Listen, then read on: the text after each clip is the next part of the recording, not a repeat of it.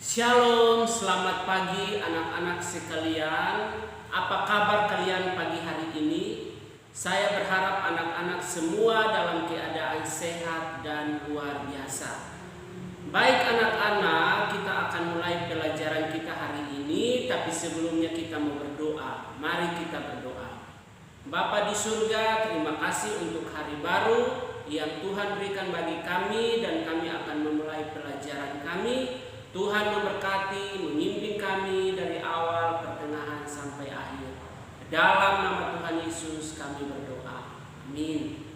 Baik anak-anak, sebelum kita mulai materi, kita mau bersama-sama menyanyikan satu lagu nasional atau lagu. Itulah Garuda Pancasila. Baik anak-anak, hari ini kita akan melanjutkan pelajaran kita dan masih ada kaitannya dengan pelajaran kemarin. Khususnya pada hari ini kita akan belajar tentang peristiwa-peristiwa pada masa pemerintahan kolonial dan Belanda. Di sana kita mau memperhatikan peristiwa apa saja yang terjadi pada masa pemerintahan kolonial Inggris maupun Belanda pada masa itu. Kita perlu menyadari bahwa setelah sampai di Indonesia, bangsa-bangsa Eropa itu membentuk pemerintahan kolonial di Indonesia, dan tujuannya adalah untuk menguasai perdagangan di Indonesia dan memperluas wilayah jajahan mereka. Jadi itu adalah tujuannya. Apa yang dilakukan untuk mencapai tujuan tersebut? Mereka melakukan penindasan-penindasan dengan membuat peraturan dan kebijakan yang hanya menguntungkan bagi pemerintahan mereka pada saat itu. Jadi mereka melakukan kekerasan kalau di situ ya, penindasan terhadap rakyat pribumi. Nah, oleh sebab itu kita akan memperhatikan dua negara, itulah Inggris maupun Belanda. Yang pertama yang kita lihat adalah masa pemerintahan kolonial Inggris di bawah pimpinan Thomas Stamford Raffles. Itu adalah gubernur di Indonesia. Ia memulai tugasnya pada tanggal 19 Oktober tahun 1811.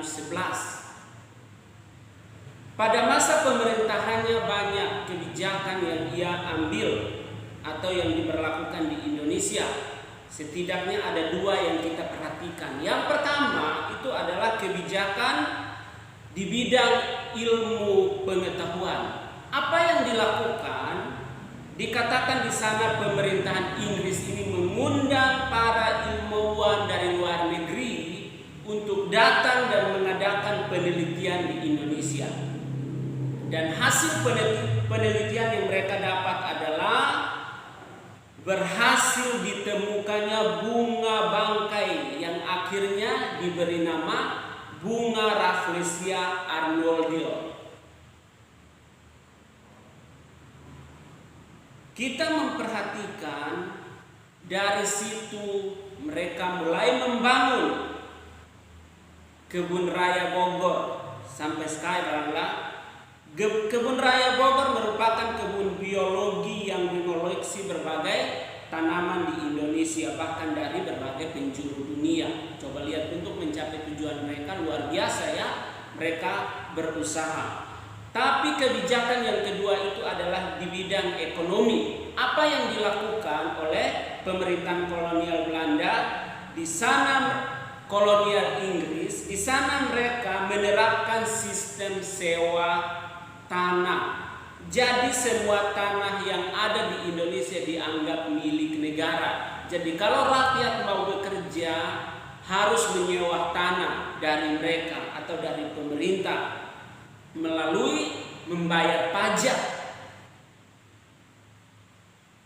Selain itu juga pada bidang pemerintahan, pengadilan, dan sosial, ternyata pemerintahan kolonial Inggris ini membagi Pulau Jawa menjadi 16 residenan.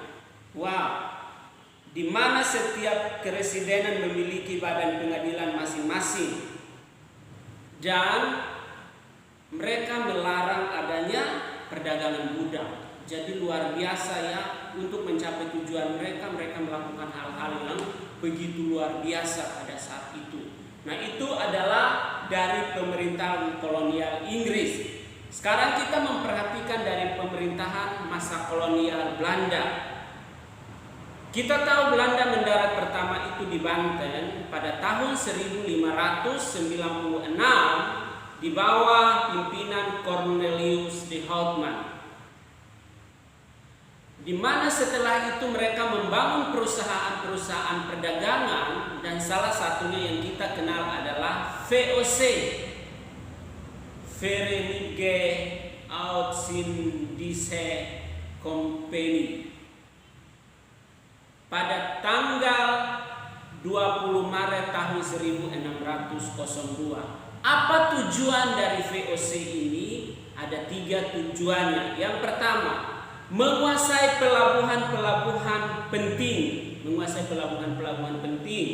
Yang kedua, menguasai kerajaan-kerajaan di Indonesia. Saat itu Indonesia masih dalam bentuk kerajaan ya. Jadi mereka mau menguasainya.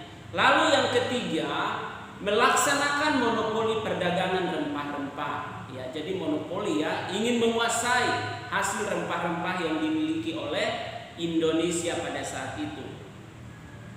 Kita pun memperhatikan bahwa pada tanggal 15 Januari tahun 1808, Herman W. Daendels ini berusaha mempertahankan Pulau Jawa dari serangan Inggris. Namun Inggris berhasil menguasai daerah kekuasaan VOC di Sumatera, Ambon, dan Banda. Nah, ada pun langkah-langkah yang diambil yaitu meningkatkan jumlah tentara. Jadi Belanda meningkatkan jumlah tentara mereka, membangun pabrik sejahtera di Semarang dan Surabaya. Mereka pun membangun pangkalan armada di Anyer dan Ujung Kulon. Mereka membangun jalan raya dari Anyer hingga Penarukan, serta mereka membangun benteng-benteng pertahanan. Jadi itu usaha Belanda bagaimana mereka mau mengalahkan kolonial Inggris pada saat itu. Nah, ada beberapa kebijakan dari Daendels dan pemerintahan dari Belanda yang membuat masyarakat Indonesia semakin menderita. Yang pertama itu mereka menerapkan sistem kerja paksa atau rodi, kerja berat. Lalu yang kedua, meminta rakyat menyerahkan hasil bumi. Jadi hasil bumi yang diperoleh rakyat diminta menyerahkannya kepada mereka pada saat itu. Dan yang ketiga adalah memaksa rakyat menjual hasil buminya kepada pemerintahan Belanda dengan harga murah, serta menjual tanah-tanah mereka. Jadi hasilnya dipaksa dijual dengan harga yang murah. Tanah-tanah mereka pun, masyarakat pun dijual dengan harga yang murah kepada pemerintahan Belanda. Nah, inilah peristiwa-peristiwa yang terjadi pada masa pemerintahan kolonial Inggris dan Belanda di Indonesia pada saat itu. Untuk lebih jelasnya, anak-anak silahkan kalian membaca halaman 9 sampai 10. Nah, tugas untuk kalian kerjakan adalah silahkan kerjakan, ayo lakukan halaman 10. Lalu silahkan kalian kerjakan, ayo menulis halaman 11. Baik, selamat mengerjakan tugasnya. Jangan lupa dikumpulkan. Tuhan Yesus memberkati.